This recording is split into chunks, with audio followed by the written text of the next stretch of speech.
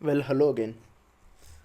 आज हम देखेंगे कि कंपनी में, किसी भी कंपनी में कोई एक सॉफ्टवेयर कैसे काम करता है। बिकॉज जनरली हम लोग कॉलेज में यही देखते हैं ना, एक प्रोग्राम बना दिया, इनपुट दे दिया, आउटपुट आ गया। जैसे कैलकुलेटर बना दिया, ए की वैल्यू दे दी, बी की वैल्यू दे दी, और ए की वैल्यू लेट सपोज 5 दे दी, बी की value 6 they the, and output अगर सम दिया है तो वो 11 आ गया। एंड वी थिंक कि बस हो गया, राइट। बट किसी भी कंपनी में सिर्फ इतना सा करने से काम नहीं चलता है, क्योंकि बड़े बड़े सॉफ्टवेयर्स बनते हैं, बट सबका बेसिक इंटेंशन सेम होता है। लास्ट वीडियो में हम लोगों ने देखा था कि एक छोटा सा प्रोग्राम होता है, प्रोग्राम के कंपोनेंट्स देखे थे। अगेन, किसी भी सॉफ्टवेयर का बेसिक फंडामेंटल सेम होता है। एक किसी भी कंपनी में एक प्रोडक्ट मैनेजर होता है, एक इंजीनियरिंग मैनेजर होता है, राइट। प्रोडक्ट मैनेजर जो रिक्वायरमेंट्स लेके आता है, और आई थिंक सबको एक चीज़ पता होगी, हमारे पास कुछ मॉडल्स होते हैं, राइट।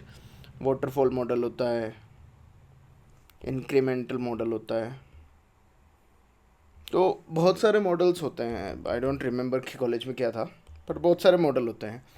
बेसिक कंपोनेंट देखें तो रिक्वायरमेंट गैदरिंग हो गया, उसके बाद डेवलपमेंट हो गया, टेस्टिंग हो गया, डिप्लॉयमेंट हो गया, है ना।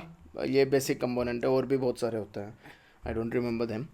पर अगर बेसिक कंपोनेंट्स को भी लेके चले तो पीएम जो है उसका काम होता है रिक्वायरमेंट्स लेके आना। अब बहुत दो तरह की कंपनीज होती है, एक प्रोडक्ट बेस्ड कंपनीज होती है, एक सर्विस बेस्ड कंपनीज होती है, राइट। प्रोडक्ट बेस्ड कंपनीज जो होती है वो अपने खुद के प्रोडक्ट्स बनाती है। लिख लेता हूँ मैं यहाँ पे, let me write it over here. Product based और सर्विस बेस्ड।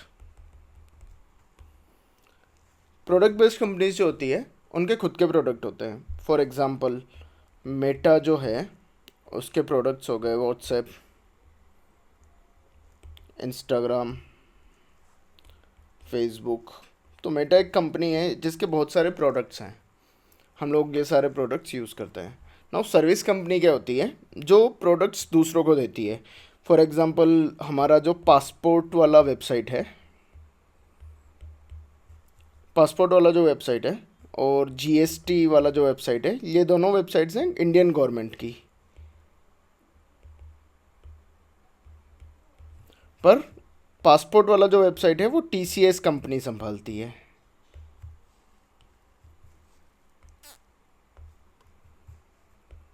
टीसीएस कंपनी संभालती है। जो जीएसटी वाला पार्ट है वो संभालती है इन्फोसिस, करेक्ट। तो ये कंपनीज जो हैं, टीसीएस और इन्फोसिस, ये कहीं से किसी और के लिए प्रोडक्ट लेके आती है। आई मीन किसी और कंपनीज के प्रोडक्ट लेके आती है और उनको डिज़ाइन करती है कुछ कमीशन बेसिस पे। कि अगर इंडियन गवर्नमेंट को लेट्स सपोज एक टेंडर देना है कि मेरे को पासपोर्ट की वेबसाइट बनानी है, तो ये टेंडर निकालेंगे, बहुत सारी कंपनी उसके लिए बिड करती है, बड़ी बड़ी कंपनीज बिड करती है, और किसी एक वेबसाइट किसी एक कंपनी को मिल जाता है। वो कंपनी बेसिकली सर्विस कंपनीज होती है, करेक्ट। तो प्रोडक्ट मैनेजर जो होता है वो बेसिकली रिक्वायरमेंट लेके आता है, या तो वो रिक्वायरमेंट लेके आता है अपना खुद के प्रोडक्ट्स का, या फिर रिक्वायरमेंट लेके आता है वो एक्सटर्नल प्रोडक्ट्स का। ओके। तो प्रोडक्ट मैनेजर का काम हो गया रिक्वायरमेंट गैदरिंग। Requirement gathering. अब जो रिक्वायरमेंट्स आती है ना, उन रिक्वायरमेंट्स को हम लोगों को कोड में कन्वर्ट करना होता है। तो एक रिक्वायरमेंट डॉक्यूमेंट बनाता है, डिज़ाइन डॉक्यूमेंट बनाता है, बहुत सारे डॉक्यूमेंटेशंस होते हैं। एक पीआरडी रेडी होती है, और वो प्रोडक्ट डिस्क्रिप्शन जो भी होते हैं उससे हम लोगों को काम असाइन होता है। फॉर एग्जांपल, डेवलपर्स को काम असाइन होता है। तो इंजीनियरिंग मैनेजर का काम काम क्या होता है, एक टेक टीम होती है, उसमें बहुत सारे मेंबर्स होते हैं, राइट। लेट्स से इसमें 2 डेवलपर हो गए, या 2 टेस्टर भी हो गए, है ना। टेस्टर मीन्स क्यूए भी बोलते हैं उसको, क्वालिटी असेसमेंट। और लेट्स सपोज 1 डेवऑप्स हो गया, डेवऑप्स कई बार कॉमन होते हैं, कई बार टीम्स में भी असाइन होते हैं। डेवऑप्स में बताऊंगा आगे कि क्या होता है। और लेट्स सपोज 2 DBA हो गए, डेटाबेस एडमिनिस्ट्रेटर बोलते हैं इनको। ये क्या करते हैं कि डेटाबेस के जो भी ऑपरेशंस होते हैं, क्वेरी ऑप्टिमाइजेशन हो गया, डेटा लेना है या बिग डेटा लेना है, या फिर बहुत सारे प्रोसीजर्स लिखने होते हैं कई बार कि डेटा कुछ फंक्शंस प्रोसेस करके लेके आए, तो वो DBA का काम होता है। करेक्ट। तो यहाँ तक अगर समझ में आ गया तो हम लोग आगे चलते हैं। अब जैसे ही हमारे पास एक डेटा आता है प्रोडक्ट मैनेजर से, प्रोडक्ट मैनेजर टीम को असाइन करता है, ये बेसिकली EM को असाइन करता है, या फिर ये डायरेक्ट डेवलपर्स को भी असाइन करता है बेस्ड ऑन की कंपनी के मॉडल पे काम करती है ना। हम लोग स्प्रिंट्स में काम करते हैं। एजाइल मेथडोलॉजीज जनरली यूज़ होती है, सॉरी मैं कहीं और लिख रहा था। तो एजाइल मेथडोलॉजीज जनरली यूज़ होती है, मोस्टली 90% कंपनीज में यूज़ होती है। क्यों? क्योंकि एजाइल मेथडोलॉजीज इंक्रीमेंटल मॉडल पे काम करती है। हमारा एजाइल के अंदर 2 पार्ट होते हैं, स्प्रिंट और कैनबैन। नाउ मोस्टली लोग स्प्रिंट फॉलो करते हैं क्योंकि स्प्रिंट में क्या कुछ दिन असाइन होते हैं कि सपोज़ 15 दिन की एक स्प्रिंट है, तो 15 दिन के अंदर आपको रिक्वायरमेंट मिलेगी, आपको एक बेसिक कोड करना है, और जैसे ही वो फीचर डेवलप हो जाएगा आपको उसको डिप्लॉय करना होता है और आपका वो पीस ऑफ वर्क ख़त्म हो जाता है। ओके, वो पीस ऑफ वर्क ख़त्म हो जाता है। तो EM को जब काम असाइन होता है, EM बहुत सारे मॉड्यूल्स बनाता है। EM हर एक टास्क का एक एस्टिमेशन देता है कि कौन सा पार्ट कौन से कितने दिन में होगा। फॉर एग्ज़ाम्पल इंस्टाग्राम अगर हम लोग बना रहे हैं, इंस्टाग्राम का फीड पेज है, तो फीड पे बहुत सारा डेटा लाना होता है। डेटा लाने के लिए हम लोगों को बहुत सारे कैलकुलेशंस भी करने होते हैं कि कौन किसका फ्रेंड है, दोनों का म्यूचुअल डेटा कौन सा होगा, डेटा मल्टीपल टाइम्स नहीं आना चाहिए। ये सारी कैलकुलेशन करने के लिए टाइम भी लगता है और उसको डिज़ाइन करने के लिए भी टाइम लगता है। तो बेसिकली ये सब ऑपरेशन करने में जो टाइम लगता है उसका एक रफ एस्टिमेट देते हैं हम लोग। Rough estimate in the sense कि इसमें 3 दिन लगेंगे या 5 स्टोरी पॉइंट लगेंगे। अभी हम लोग स्टोरी पॉइंट्स में नहीं जाते हैं, हम लोग डेज़ को देखते हैं कि सपोज़ इसमें 3 दिन लगेंगे, राइट। तो अब हमारे पास रिक्वायरमेंट आ गई। रिक्वायरमेंट के बाद हम लोग क्या करते हैं, हम लोग एक खुद का डिज़ाइन डॉक बनाते हैं। डेवलपमेंट टीम अपना डिज़ाइन डॉक बनाती है। इसके अंदर हम लोग API स्पेक्स लिखते हैं। API स्पेक्स वो होता है कि सपोज़ हम लोगों को एक API कॉल करना है कि रजिस्ट्रेशन API ऐसे काम करेगी, या हम लोगों को 2 इनपुट मिलेंगे, हम लोगों को कितने आउटपुट देना है। जो हमारा बेसिक प्रोग्राम होता है कि कुछ इनपुट्स देते हैं, प्रोसेस करके आउटपुट देते हैं। इनपुट प्रोसेसिंग आउटपुट वो हर जगह काम आती है। इसके अंदर भी वही फंडा है हमारे पास कि API स्पेक्स में हमारे पास इनपुट आता है क्लाइंट से और हम लोग उसको प्रोसेस करके आउटपुट देते हैं। बट वो काम करता है वेब पे। मैं एक वेब डेवलपर हूँ, तो मैं वेब की भाषा में बताऊँ आपको, तो वेब से हम लोगों को पैरामीटर्स आते हैं और वो पैरामीटर्स हम लोगों को कैलकुलेट करके वापस देने होते हैं। एग्जांपल, अगर हम लोग लॉगिन फीचर बना रहे हैं तो हम लोगों को एक आईडी चाहिए होगा, एक पासवर्ड चाहिए होगा। अब वो आईडी पासवर्ड हमारे पास API से आता है, हम लोग उसको प्रोसेस करते हैं, चेक करते हैं कि डेटाबेस में वैल्यू प्रेजेंट है या नहीं है, और हम लोग रिटर्न करते हैं कि हाँ वैल्यू प्रेजेंट है और ये आपका ऑथराइजेशन कोड है। तो एक आईडी आ जाता है हमारे पास, एक पासवर्ड आ जाता है हमारे पास, और ये दोनों इनपुट मिलके प्रोसेसिंग में काम आता है और एक आउटपुट देते हैं हम लोग कि यूज़र वैलिड है या नहीं है।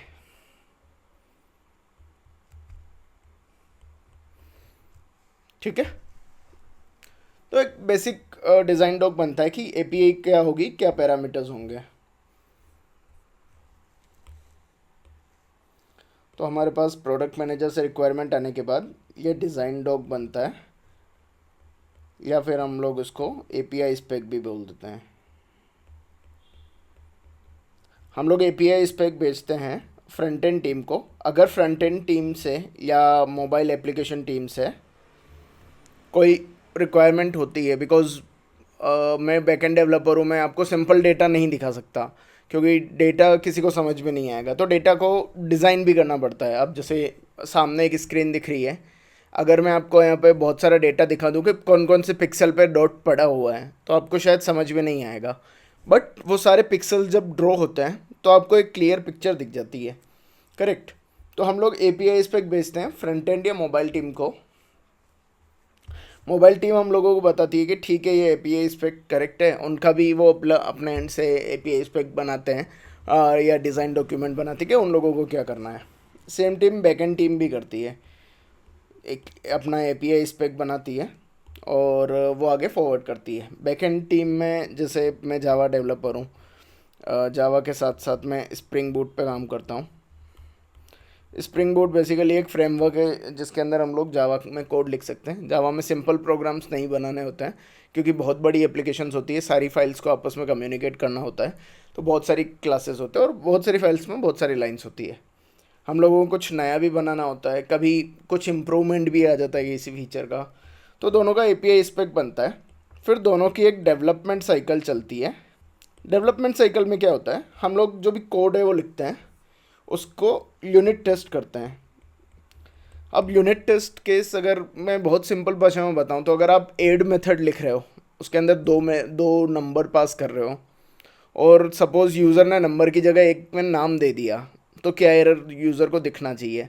बिकॉज हम लोग यूज़र को ये नहीं दिखा सकते ना इनवैलिड डेटा, कि उसको समझ में नहीं आएगा कि इनवैलिड डेटा क्या है और वो सर पीटेगा कि मैंने क्या गलत डाला।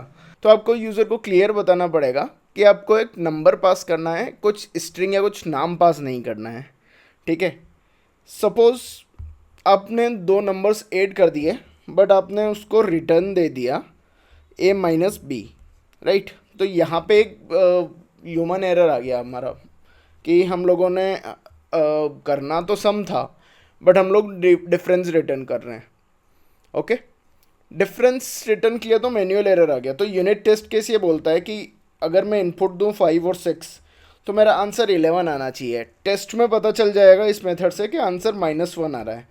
जैसे ही -1 आएगा आप चेक करोगे कि इशू कहाँ है और हम लोगों को पता चल जाएगा इशू इस रिटर्न में। तो हमारी एक खुद की टीम की यूनिट टेस्ट होती है।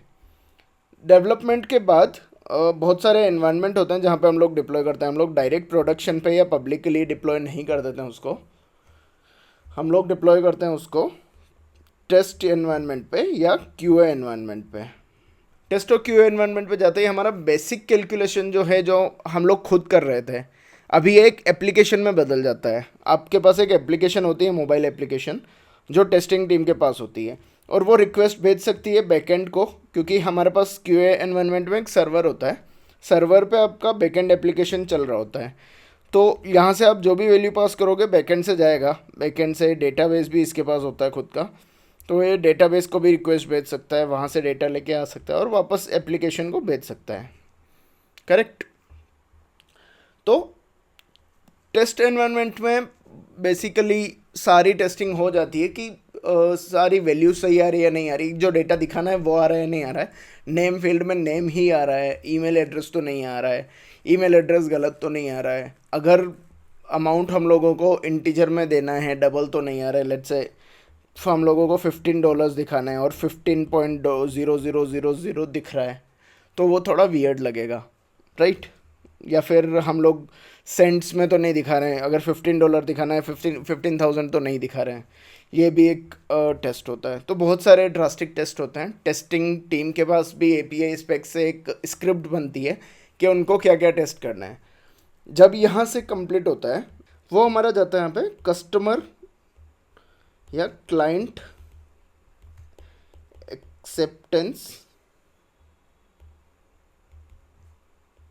टेस्ट एनवायरनमेंट, जिसको हम लोग UAT भी बोलते हैं, यूज़र एक्सेप्टेंस टेस्ट।